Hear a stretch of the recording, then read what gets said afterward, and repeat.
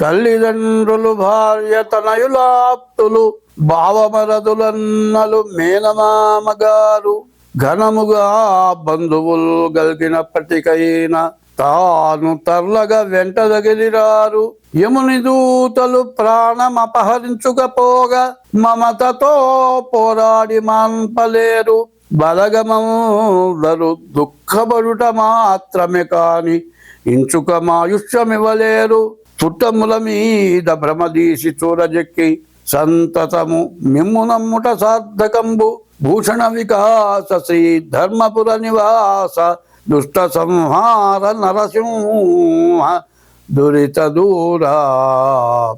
ప్రతి వ్యక్తి కూడా తను బాగా డబ్బు సంపాదించాలి.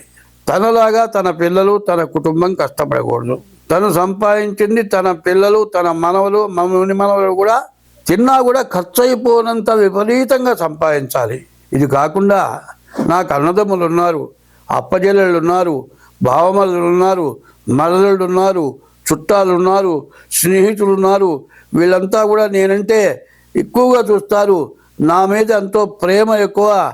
వాళ్ళందరికీ కూడా నేనే ఉపయోగపడతాను. వాళ్ళందరూ నన్ను చాలా గొప్పగా చూస్తారు. ఇట్లా ఆలోచిస్తారు. కానీ నీవు ఎంత ఆలోచించినా నీవు చివరి దశ వచ్చి ప్రాణం పోయేటప్పుడు అందరూ చుట్టూ కూర్చొని ఏడుస్తారు. కానీ ఆ ఏడుపు ఎందుకయ్యా అంటే నీవు పోతున్నావు. నీ వల్ల వాళ్ళకి వచ్చే లాభం పోతుందని ఏడుస్తున్నారు. కానీ నీ వల్ల ఏదో వాళ్ళకి లాభం వస్తుందని ఏడుస్తున్నారు. కానీ నీవు ఏమైపోతున్నావో ఆలోచించట్లే. నీ సంపాదన అంతా కూడా దురాగతంగా సంపాదిస్తేనే కోట్లు వస్తున్నాయి. ఈ కోట్లు కూడా అందరూ తింటారు. చివరికి ఎవరికి ఎక్కువ వచ్చిందో ఒకరికి ఎక్కువ వచ్చింది, ఒకటి తక్కువ వచ్చింది, ఎవరికి ఎంత ఇచ్చాడో ఇందుకు ఏడుస్తారు తప్పితే రెండో దానికి ఏడవరు. చచ్చే రోజున ఎవ్వరూ ఏడవకూడదు. ఎవరైతే ప్రాణం పోయేటప్పుడు నారాయణ, హరి, అచ్యుత, గోవింద ఇట్లాంటి నామాన్ని ప్రాణం పోయేవాడు స్మరించాలి. అప్పుడు ఏమవుతుందంటే ప్రాణం పోయే టైంలో కపం, వాతం, పైత్యం ఉంటుంది. దానివల్ల ఏం పలకలేడు. పక్క వాళ్ళన్నా పలికితే మనస్సులోనన్నా భగవంతుడిని స్మరణ చేస్తారు. ఎవరైతే ప్రాణ సమయంలో అవసాన సమయంలో భగవంతుని ప్రార్థిస్తారో వాళ్ళు మోక్షానికి పోతారు.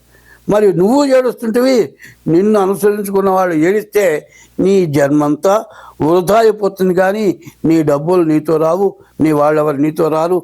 నీవు ఒక్కడివే పోతావు. నీ కర్మ మళ్ళీ అనుభవించాలి. ఇంతకంటే నీచమైన జన్మ వస్తుంది. కాబట్టి బాగా గ్రహించి మనిషి మంచిగా బ్రతకడం నేర్చుకోవాలి.